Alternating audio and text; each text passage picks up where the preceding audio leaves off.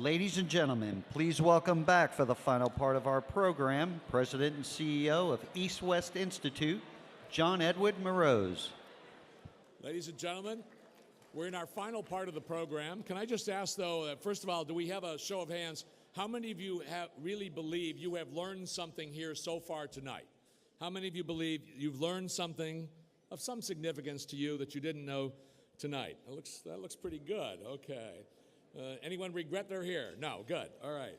So we're going to move on. As you know, tomorrow we start 2 days of intensive work together as the actual first Worldwide Cybersecurity Summit begins. Many of you will be there, and there'll be many others who aren't here tonight who will be also joining us. And that we'll get into some hard work and start looking at specific sectors and trying to see how do we move the ball down the field? How do we begin to define, and how do we really start to mobilize international cooperation in a way that becomes effective, and that's what we're here to do. I'd like to also just say that a special thanks to all of our partners. First of all, the IEEE. This is the gold standard in the field. Its articles, its electrical engineers are considered the great people. We have a wonderful relationship with IEEE. They're the technical co-sponsor, and of course, we'd like to thank all of our corporate sponsors. You've been seeing their logos and names come up. We'd like to thank all of them for their tremendous support in making this whole event today and the next 2 days it's such a success. We have just a very, very brief, short piece that we have a special proclamation from the Texas legislature, and we're very pleased to invite Representative Dan Branch, who's a member of the Texas House of Representatives from here in Dallas, to come up and take the podium. Dan?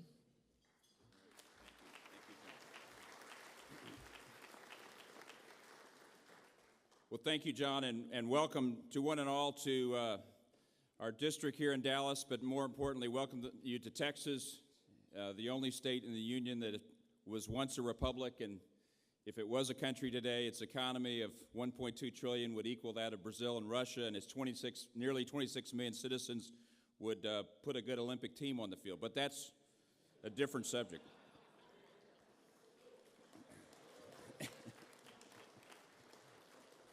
And I was also told by Howard that the UT system, one of our Tier 1 universities, has one of the better cyber defense and cybersecurity programs in the nation. So, Howard, thank you for that good news. And as Chair of Higher Education, I will pass that along to our Chancellor. So, very much glad that you're here. I know the Governor put a letter in the program, and on behalf of the legislature, the Lieutenant Governor, and the Speaker, let me just quickly read one of these proclamations that can be formal, but please know that it's sincere. This is as someone said, this is a very big deal. This is very important, and we appreciate the fact that you are here in Texas and here in North Texas thinking about these important issues. Whereas the first Worldwide Cybersecurity Summit is taking place May 3rd through the 5th, 2010 in Dallas, and the citizens of the Lone Star State are proud to host this gathering, which is addressing the issue of paramount importance in the global economy and involving digital age, and whereas coordinated by the East-West Institute and sponsored by a long list of distinguished individuals, organizations, and corporations, the summit seeks to raise international awareness about the growing problem of cyber attacks against businesses, governments, and other institutions around the world, and whereas targeted assaults on computers have become more common and more severe in recent years, and this trend poses a serious threat to international security and to the high-tech systems that underlie the global economy. And whereas to address the situation, the Worldwide Cybersecurity Summit is bringing together 400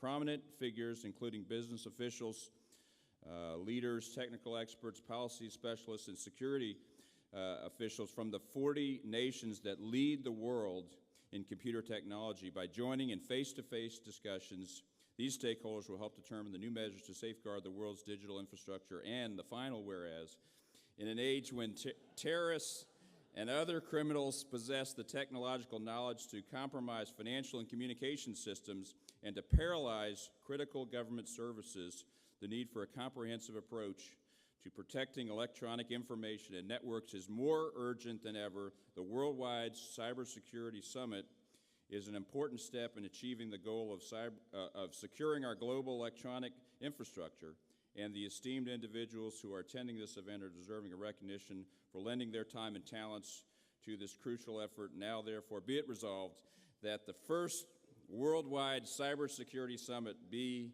commemorated, and the organizers and participants be extended sincere best wishes for a productive gathering in North Texas, signed by our speaker, Joe Strauss. Thank you very much for being here, John.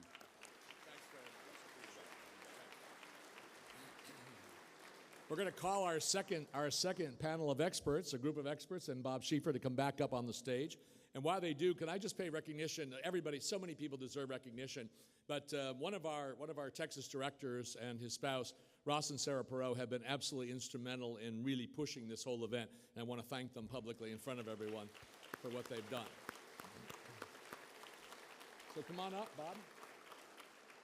And now we have some good news. We have extra good news. Remember I told you earlier there were some planes diverted to Oklahoma City? Well, one of our panelists was Terry Takai, who's the Chief Information Officer of the state of California and a real star in this field. She was the one that went to Oklahoma City, but she is on her way here from her hotel. She's now made it back to Dallas. And I don't know how that happened, but maybe a cyber miracle, but anyway, it did. So, but in the meantime, we had asked Melissa Hathaway to come up and join us as well, and Melissa will join us. So let me come on up, and we've got everybody up here. Where's the panel? We have them? Come on, Melissa, come on up. And where do we have, let's see, we're missing Michael Dell. Would you come on up? And Phil Reitinger. Thank you. Michael. There we are.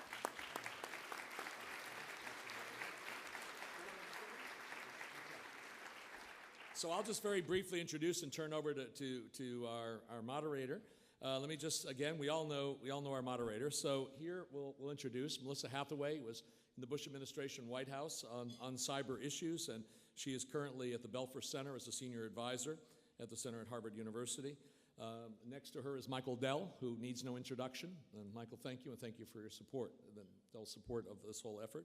And last but not least, Phil Reitinger, who's the Deputy Undersecretary of the Department of Homeland Security. You have the books, the bios, and so I think we don't have any more voting, but we do have an interesting discussion. So, Bob, it's all yours. And so when Terry gets here, she'll join us, right? That's right. Sorry. Okay. Terry will join us, and there's a chair for her waiting. Okay. All right. Phil, let me just start with you. You're the government man here. We heard the White House view. You're over at Homeland Security. What really keeps you worried at night? What is the thing you most worry about? So, Bob, I'd say two things. First off, I'm not going to identify a particular attack scenario because I don't think we can't get fixated on a single scenario and say, if we solve that, we're good to go. I think it's a couple of things. The first is we have an incredibly threatening environment out there right now. And I think we've got the right trend lines with the President's Cyberspace Policy Review that Melissa led. We've got the right leadership focus on this issue, not only in the United States, but around the world. But we actually need to keep that focus up. If we let our attention waver for a second, then we're going to be in a world of hurt, both now and in the future. The second thing that keeps me up at night is that we, because the current environment is of such a high threat, that we're going to let the critical, we're going to let the urgent overrun the critical, that we'll focus on Band-Aids, solving the problems now, and not recognize that what we're trying to do is run our economy, our critical services, on an internet ecosystem that is fundamentally insecure. That doesn't mean that it's not great, it doesn't give us a lot of benefits, but it wasn't designed for the sort of security that we need. And we'll instead say, we're going to fix the problems right now, rather than saying, we need to move to a more secure ecosystem. I want to go next to Melissa because when I was talking to you before, I said, I was talking about the fact we're having